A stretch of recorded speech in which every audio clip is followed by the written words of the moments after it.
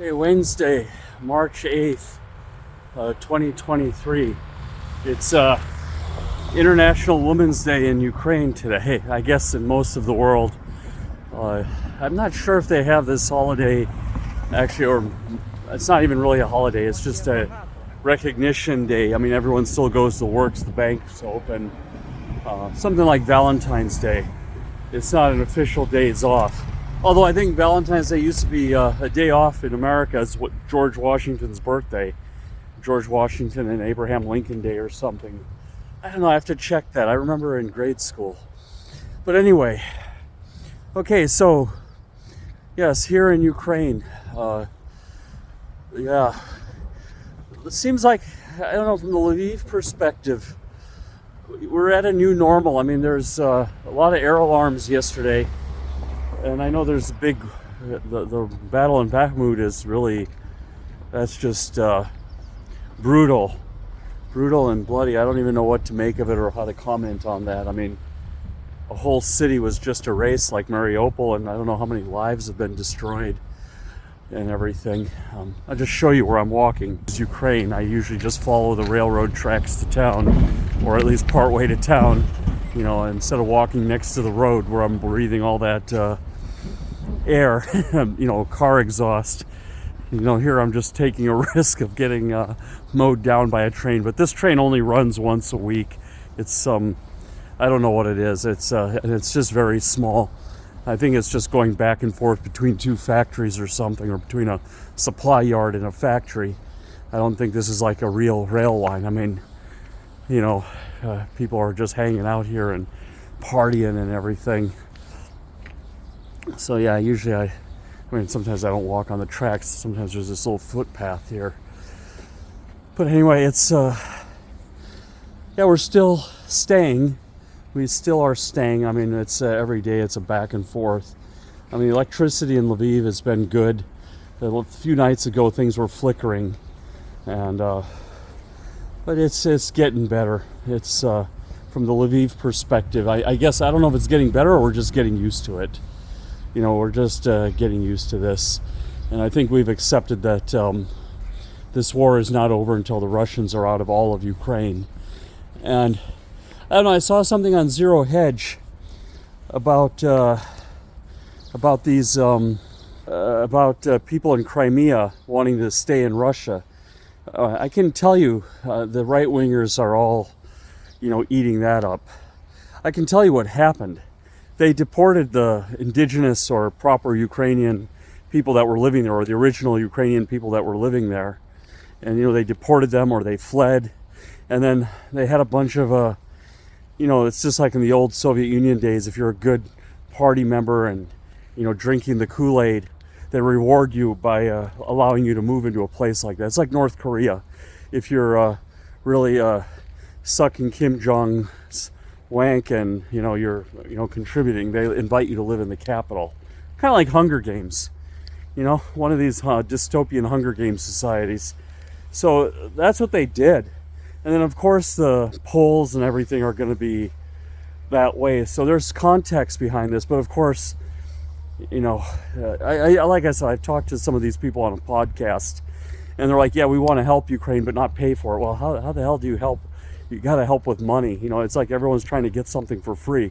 They want to destroy Russia and, you know, weaken one of our worst enemies, but not pay for it. Of course, we're going to have to pay for it. Ukraine is paying with the lives. So we are going to have to pay for it, you know, monetarily and with weapons. And like I said, I had talked about in a previous video, most of those weapons are actually backfilling Europe and America. And the defense companies are getting paid, it's creating jobs, and then all the old stuff is sent here. You know, I mean, I think we're seeing a few modern weapons. I saw some JDAMs or any things like this, but I'm not sure if it's a meaningful amount. It's right now it looks like it's a symbolic amount. A meaningful amount would be like 500 a day, you know, not 500 in a year.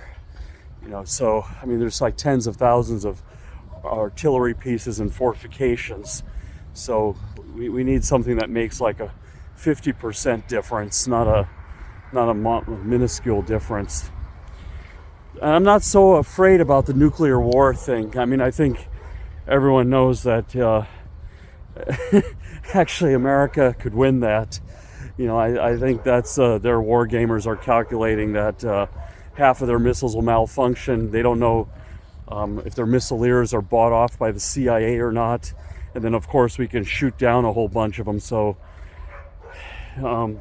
it's not a good thing, but the Western countries, you know, Europe and America combined, it would be devastating. But going forward after such a thing would be, you know, Western civilization would win.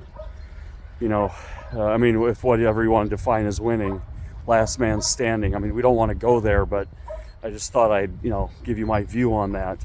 So I think this is going to stay as a conventional war for the foreseeable future. I mean, we can't compromise the lands, you know, and discuss giving up these territories or even a ceasefire, you know. I mean, as I said in a very previous video, that could only be considered if what's left of Ukraine goes in NATO or becomes one of the US states and gets pumped full of weapons and money and becomes EU, becomes NATO, becomes USA. You know, they get simultaneous membership as an American state, so Zelensky can run for US president. You know, it would have to be something like that. You know, it would have to cost them an arm and a leg, but I think it would be better just to take it all back. So, yeah, here's my morning walk. I'm just going to town to take care of some business. You know, it's so strange, the bureaucracy here in Ukraine. Like, there's a lot of things I have to do at the bank in person as a foreigner. You know, let's see, this is like another way. This is like to the marketplace, but I'll go this way. This is like, I want to show you some of my, you know, so yeah, this is, it's just, this is why I like living in Ukraine, right in your own backyard, you know, right in the middle of one of the most important cities. There's this, you know, this chaos, all this mess. I mean, this is just absolutely nuts, you know. You know, so yeah, we have the signal's not even working. So, you know, I don't know if you people lived in Europe, you know, for a long time, like in places like Sweden or Norway, and this will really get you out of your comfort zone. So yeah, it's like people don't really take care of their yards, and people are drinking and partying. Like, looks like there was a real party here last night. But yeah, so these are some houses along the road. I've shown you the front of this house before, that they have all these chickens. But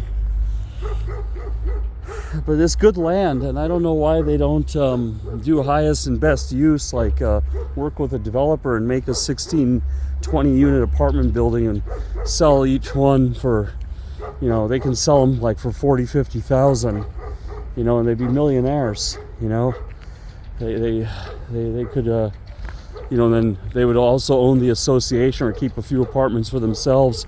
Usually when you do these deals where you give your land and work with a builder, you get part of the sale, or even you get some of the apartments which you can hold on to, live in, or sell in the future. So yeah, this is like really something out of that movie Wrong Turn. I don't know if you can see what's going on here. You know, it's like car in the woods, and then they got chickens. You know, this ain't West Virginia. This is Lviv, Ukraine. But yeah, so yeah, yeah, we have a red signal here. That one is working. But yeah, people are writing their name. They can spell. Yeah, great. They went to school, put their education to good use. So let me see if I can get on a trail here. Just walking it doesn't go good with my stride, with my 60 paces per 100 meter. You know, that my pace count. Yeah, this is a little bit treacherous walking.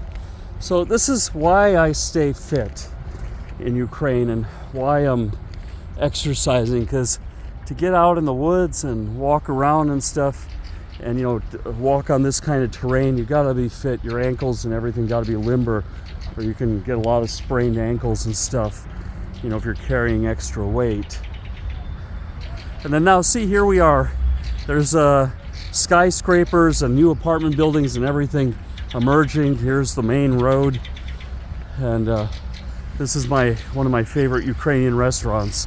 They have some of the best steak in town. I don't know what it's called in English, but it's on Zelena Street, around Zelena 150, you know, something like that. And then there's a restaurant here called The Garage, popular with IT people. So yeah, this is not, I mean, it's probably illegal, but I mean, a lot of cops have seen me walking on the tracks and they don't say anything. Now in Norway you do this, if you can do this in Norway, they build these like huge fences around the tracks and everything, and it's like really hard to walk over the tracks. I mean, you will go to jail there for endangering your own life. Well, I mean, you probably hose up the trains. I mean, there's a reason why so yeah, this is like my way out of the woods. So I head to town, take care of some errands. You know, it was good talking to everyone. Happy International Women's Day. If you need IT services in Ukraine, let me know. If you need anything in Ukraine, you know, help with building an apartment, I've done that. Been there, done that. I love this place, you know, so, you know, I'm ready to help. We want more people to move here. We need to build up the tax base. So take care and have a good day.